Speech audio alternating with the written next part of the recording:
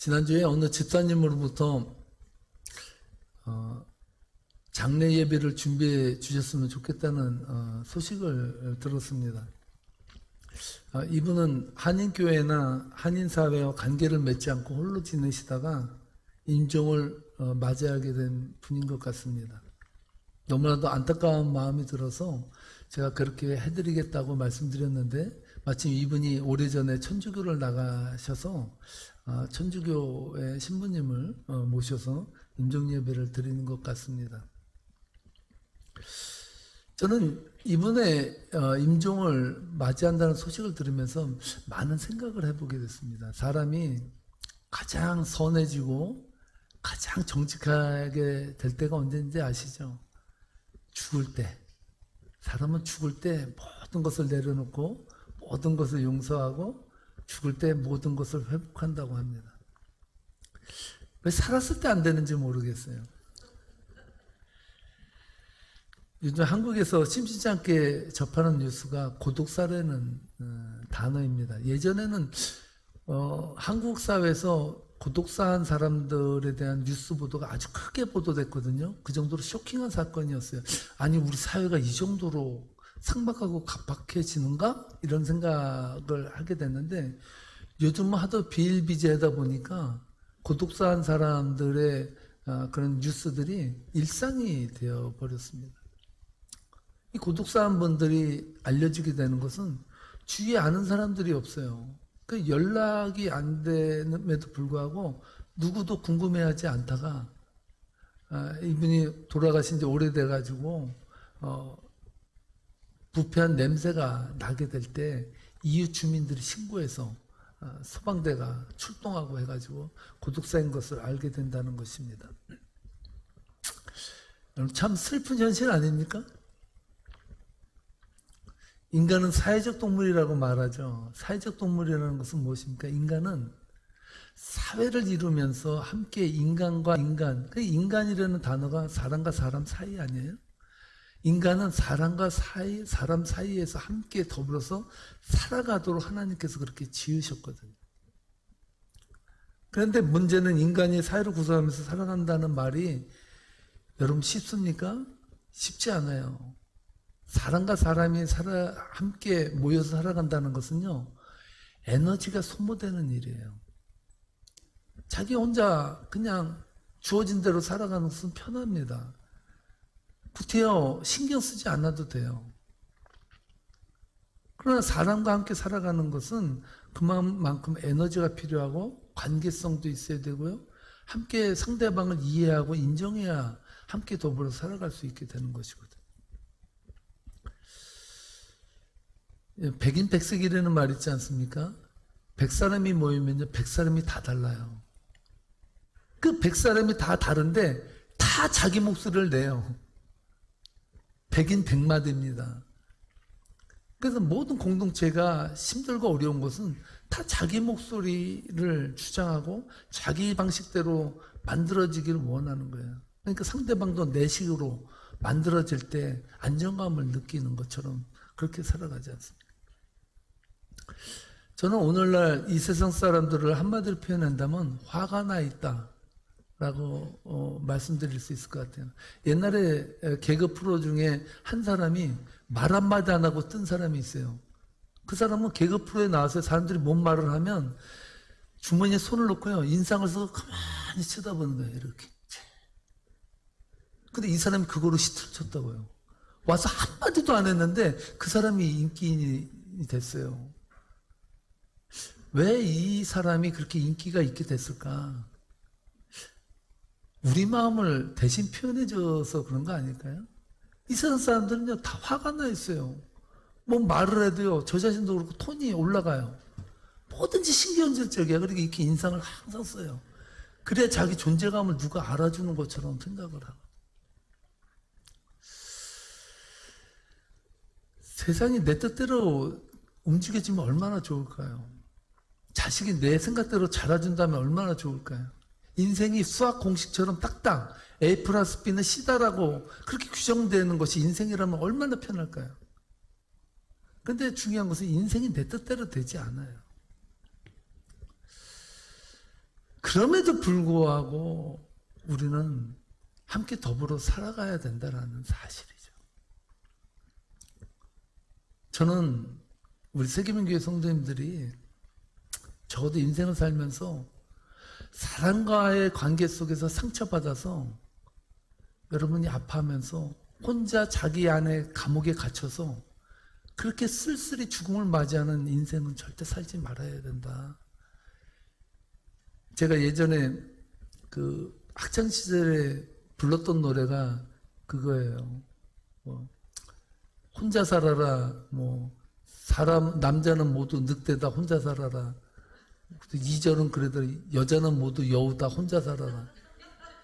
그러나 내가 인생을 알고 보니까 사람은 참으로 아름다운 것 함께 살아라. 사람은 정말 아름다운 것 함께 살아라. 여러분, 지지고 볶아도요, 그래도 내 옆에 그 인간이 있다라는 게 행복이에요. 행복이에요. 저는 오늘 본문을 통해서 이 사사 기도원을 통해서 함께 인생을 한번 돌아보고 유추해 봤으면 좋겠다 생각이 들었습니다. 기도원이라는 인물을 한마디로 평가한다면 기도원은요 좀 소심한 사람이에요.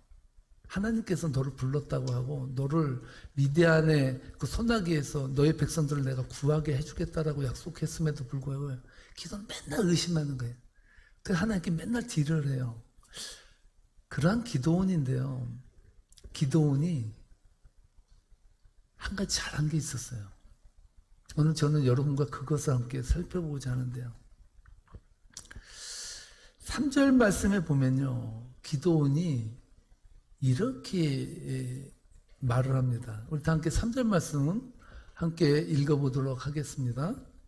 하나님이 미디안의 방백, 오렉과 스앱을 너희 손에 넘겨주셨으니 내가 한 일이 어찌 능히 너희가 한 것에 비교되겠느냐 하니라. 기도원이 이 말을 하매 그때 그들의 노여움이 풀리니라. 아멘. 그때 그들의 노여움이 풀리니라. 이 말씀에 여러분 밑줄을 쫙 나중에 집에 가서 쳤으면 좋겠습니다. 여러분, 사람이 뿔나 있는데 여러분 그 마음을 푸는 거요. 이거는요 죽은 자식 살리는 것보다 더 어려워요. 여러분, 사람이 오해를 하고 다르게 생각하고 왜곡하게 되면요 그 마음을 돌리는 것은요 정말 어렵습니다. 그럼 어떤 사람이 그러잖아요. 어떤 사람은 이중평 목사님 그랬다고 하잖아요. 하도 자신을 괴롭히는 장로가 있으니까 하나님께 기도했다 그래요. 하나님, 저 장로 때문에 내가 목회 못하겠습니다.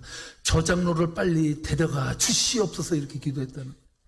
그때 하나님이 응답하시더래요. 뭐라고 말씀하냐면 야, 걔는 나도 못 고친다. 그냥 내가 데려갈 테니 그때까지 잘 돌봐라 이랬다는 거예요. 사람은요 쉽지 않아요. 사람의 여러분 왜곡되고 부정적이고 꺾인 마음을 돌리는 것은요 그만큼 쉬운 일이 아닙니다. 저는 기도원이 한 일 중에 제 마음에 확 다가온 일이 에브라임이 가진 마음의 분노와 노여움을 가라앉히게 했다는 거예요. 가라앉히게 했다. 오늘날 심리학을 전공한 사람이거나 마음에 상처가 있는 사람들, 또한 사람들하고 관계 속에 문제가 있는 사람들은 오늘 이 기도원이 한 행동들을 여러분 잘 유심히 배울 필요가 있어요. 여러분, 우리도 살아가면서 에브라임과 같은 사람들을 종종 만나지 않습니까? 에브라임 사람들의 특징은요 생태집을 잡는 거예요. 건수를 잡는 거예요. 뭐든지 그냥 뭐 하나 건수를 잡기 위해서 이리 트집 저리 트집을 다 잡아보는 거예요. 왜? 내 마음에 안 든다는 거죠. 내 마음. 여러분, 에브라임 사람들의 특징은 생트집을 잡는다는 건데요. 모든 일을 자기 방식으로만 생각하고 자기 위주로 결정을 내버리기 때문에 해결점이 나질 않아요. 1절 말씀 볼까요? 에브라임 사람들이 이렇게 말했다는 거예요. 기도원에게. 함께 읽어보겠습니다. 에브라임 사람들이 기도원에게 이르되 내가 미드온과 싸우러 갈 때 우리를 부르지 아니하였으니 우리를 이같이 대접하면 어찌 됨이냐 하고 그와 크게 다투는지라. 누구와 크게 다투었다고요? 기도원과 아주 그냥 뿔나서 싸웠다는 거예요. 다퉜다는 거예요. 압대정으로 볼 때 다툰 것이 아니라요. 완전히 에브라임 사람들이 난동을 부린 거예요. 우리나라 옛말에 다 된 밥에 숟가락 얹는다는 말 있지 않습니까? 아니 기드온과 300용사가 가서 무찌르고 이스라엘 백성들을 구해냈는데 에브라임 사람들이 와서 그러는 거예요. 아! 하고 와가지고 뭐라 그러니까 아니 내가 가서 싸울 수 있었는데 왜 나를 안 불렀어? 왜 마지막에 이렇게 불러서 우리로 하여금 부끄럽게 만드는 거야? 이렇게 말했다는 거예요. 자신들이 붙잡아서 죽인 오렉과 스엡의 목을 들고 생색을 내면서 전쟁 초기부터 안 불렀다고 그렇게 생트집을 기드온에게 부렸다는 거예요. 여러분 적어도 에브라임 사람들의 마음속에는 전쟁 승리에 대한 기득권을 거머쥐고자 하는 그런 확신이 있는 것 아니겠습니까? 기드온이 볼 때 에브라임 사람들이 한 행동들은요 진짜 어처구니 없어요. 왜냐하면 기드온은 자기 목숨을 걸고 가서 싸워서 이겼거든요. 근데 에브라임 사람들은 와가지고 왜 처음부터 안 불렀냐고 이렇게 생태집을 잡는데 세상을 환장하는 거 아니에요? 환장.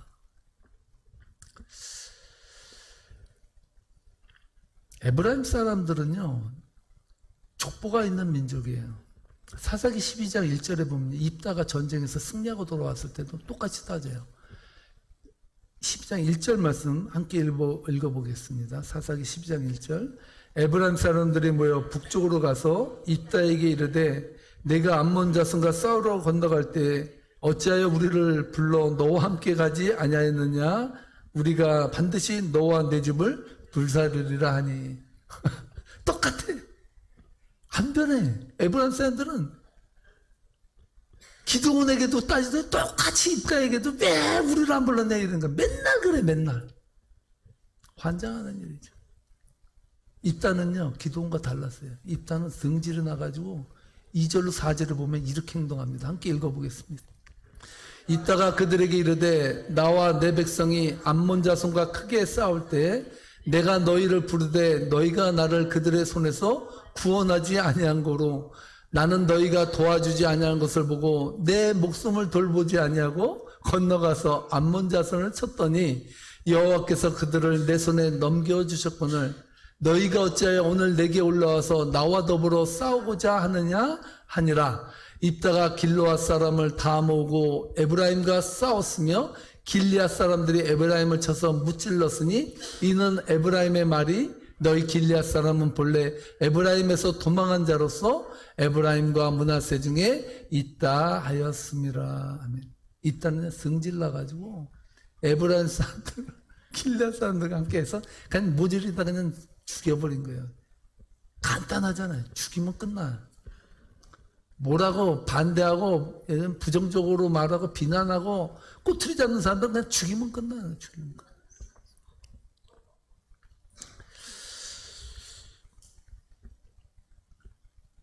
기드온이 자신의 리더십을 발휘했는데 기드온은 입다랑 달랐다는 거예요. 기드온은요 자신의 리더십에 위협을 가하는 에브라임 사람들을 사사 입다처럼 척결하고 끝내진 않아요. 2절 3절 말씀인데요 기드온이 이렇게 말했다는 거예요. 여러분 이 말씀을 깊이 여러분의 가슴에 새기시기 바랍니다. 함께 읽어보겠습니다. 기드온이 그들에게 이르되 내가 이제 행한 일이 너희가 한 것에 비교되겠느냐? 에브라임의 끝물 포도가 아비에셀의 만물 포도보다 낫지 아니하냐? 하나님이 미디안의 방백 오렉과 스엡을 너희 손에 넘겨주셨으니 내가 한 일이 어찌 능히 너희가 한 것에 비교되겠느냐 하니라. 기드온이 이 말을 하매 그때에 그들의 노여움이 풀리니라. 다 기드온이 해놨는데 기드온이 그러는 거예요. 야, 내 조상의 만물 포도가 니들 조상이 끝물 포도보다 못해. 네가 상품이야. 니네 민족이 니네 족속이 대단한 족속이야. 그렇게 축혀줬다는 거야. 이게 쉽습니까? 아니 염장을 질러도 여러분 죽여도 현찬을 파네. 오히려 세워줘. 너희가 그래도 나보다 나은 거야. 지들이 한 게 대단한 거야. 이렇게 말했다. 여러분 같으면 어떡하겠어요? 여러분 같으면. 조금만 자존심 건드려봐요. 조금만 기분만 상해봐요. 에이, 다 때려쳐. 아유, 내가 이것밖에 못하나? 이런 마음 들지 않아요? 저도 그래, 저도. 저도 입버릇처럼 많은 게 때려치려는 말이에요. 얼마나 저 자신도 부정적인지 몰라요.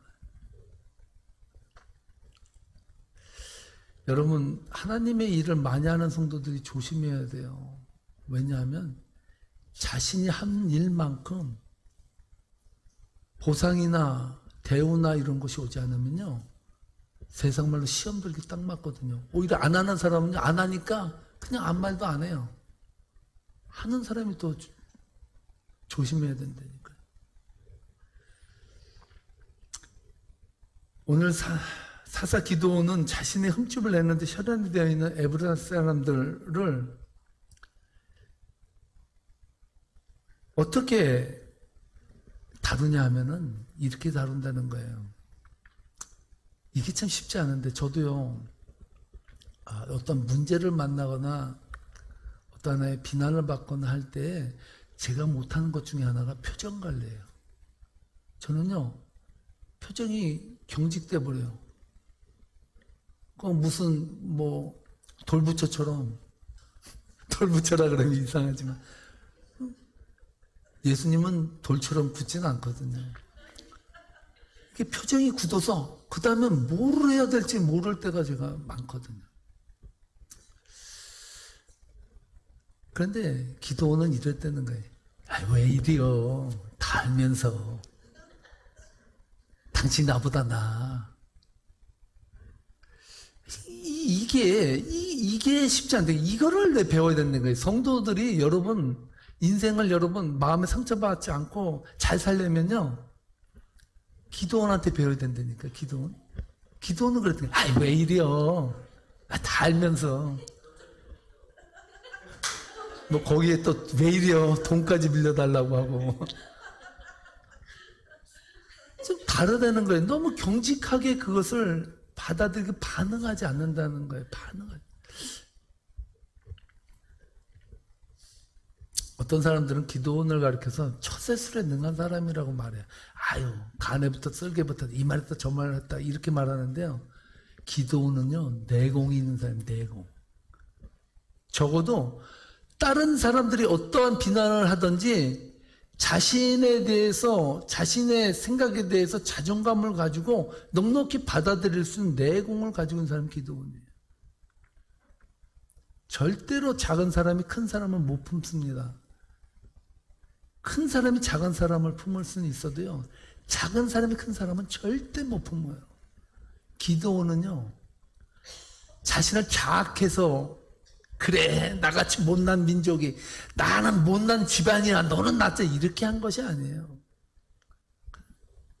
내 조상보다 네 조상이 그래도 낫다 라고 말할 정도로 마음에 넉넉함이 있었다는 거예요.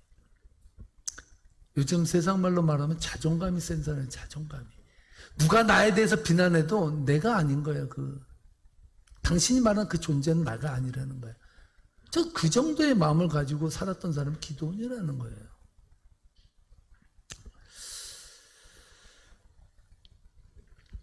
저는 사사 기도원을 가리켜서 많은 사람들이 겸손한 리더십이라고 말하는데요, 저는 무서운 리더십 같아요. 여러분, 세상에서요, 말소리 큰 사람 무서워하지 마세요. 그 사람은 자기가 무서워서 소리 지르는 거예요. 진짜 무서운 사람은요, 아무 소리 안 하고 묵묵히 이렇게 손 집어넣고 아무 말 안 하고 이렇게 쳐다보는 사람이 무서운 사람.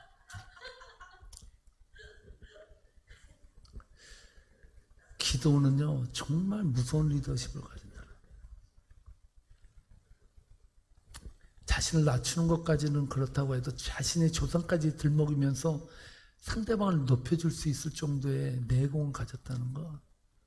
그것은 정말 목회자인 제가 부러운 리더십이에요. 전 목회자로 그것을 갖고 싶어요. 그러나 저도요, 상처와 이런 아픔을 저도 많이 겪어왔는지 모르지만 마음이 어떨 땐 좁쌀보다 작아져요. 못 품겠더라고요.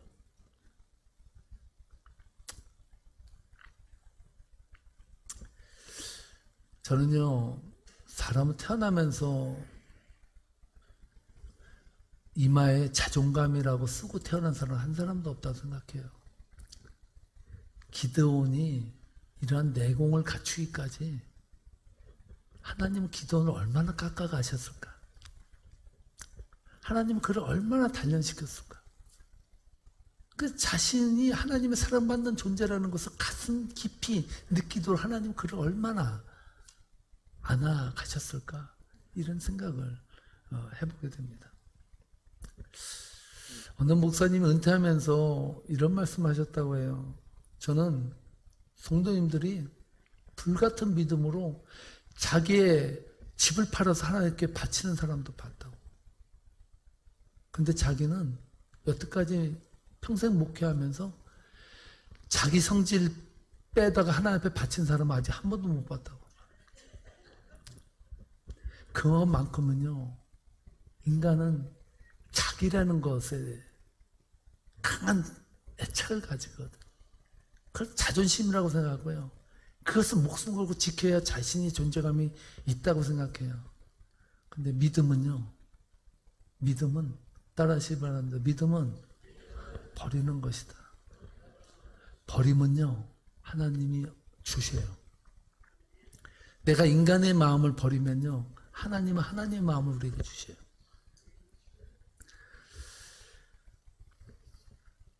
조신영이라는 작가가 쓴 쿠션이라는 책이 있는데요.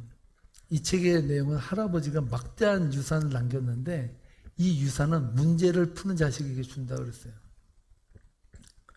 그 미션이 뭐냐면요, R 플러스 A는 Y라는 거예요. 이거에 들어가는 정답이 무엇인지 아는 사람에게 유산을 다 준다는 거예요. 여러분, 이 문제에 들어갈 나머지 단어들이 무엇일까요? 그것은 바로 이것입니다. Response plus ability. 그것은 liberty다라는 거예요. 반응하는 능력은 자유를 준다는 거예요. 내가 어떠한 문제를 만나든지 그 문제에 대해서 내가 어떠한 반응을 하느냐에 따라서 내가 자유가 오고 그렇지 않고 구속이 되고 한다는 거거든요.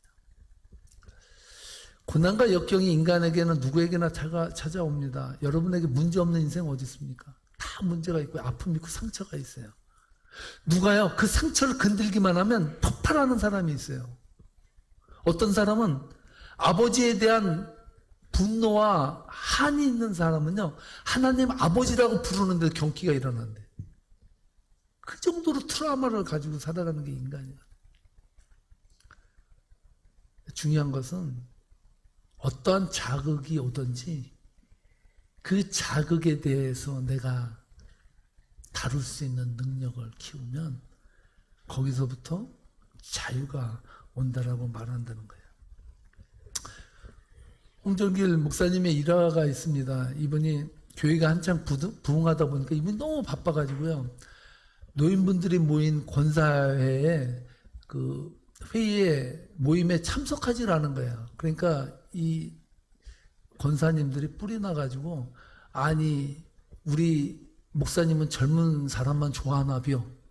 어떻게 나이 든 사람들이 모인 권사에는 어떻게 얼굴짝이 한번 보이지 않냐 이러면서 분노가 일어서 화가 나가지고 완전히 들고 일어나기 일보 직전이었다는 거예요. 그래서 부목사님이 홍정길 목사님에게 가서 그랬더니, 목사님 이번에 이 권사에 안 가시면 쿠데타가 일어날 것 같습니다. 열일 제켜놓고 가셔야 됩니다. 그랬더니. 그래서 홍정길 목사님께서 딱 회의에 갔더니 하나같이 권사님들이요, 목사님 얼굴을 쳐다보지 않고 다 먼 산을 쳐다보고 있더래. 그러니까 하도 어이가 없어서 홍정길 목사님 뭔 말을 해야 되는데 말할 게 생각이 안 나는 거예요. 그러니까 이분이 그랬다는 거예요. 누님들 화 푸세요. 그랬다는 거예요. 별말 아닌 것 같은데 권사님들이 목사님이 누님들 하니까 얼마나 그게 정겹게 들리겠어요. 누님들 화 풀라고.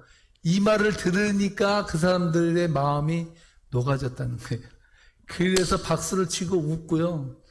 그 다음부터 이 권사님들이 이 목사님의 뒤에서 든든한 지원군이 돼줬대. 그 누가 목사님 뭐라 그러면 우리 목사님을 누가 건드리 이랬다는 거예요. 저는 참 그 리더십이 부럽습니다. 사랑하는 성도 여러분, 인생이 쉽습니까? 상처 받으려고 생각하면요, 상처 받을 일이 한두 개가 아니에요. 여러분, 스트레스 받으려면요, 스트레스 받을 일이 한두 개가 아니에요. 여러분, 그거 다 받고 사시겠어요? 다 받고 사시다가는요, 여러분 돌아가실 때 고독사 하셔야 돼요.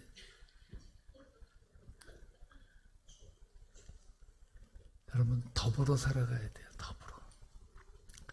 남을 바꾸어서 내가 편해지려고 하지 말고, 나의 마음속을 여러분 바꿔서, 내 반응의 태도를 바꿔서, 여러분 행복한 인생을 살아가야 되지 않겠습니까?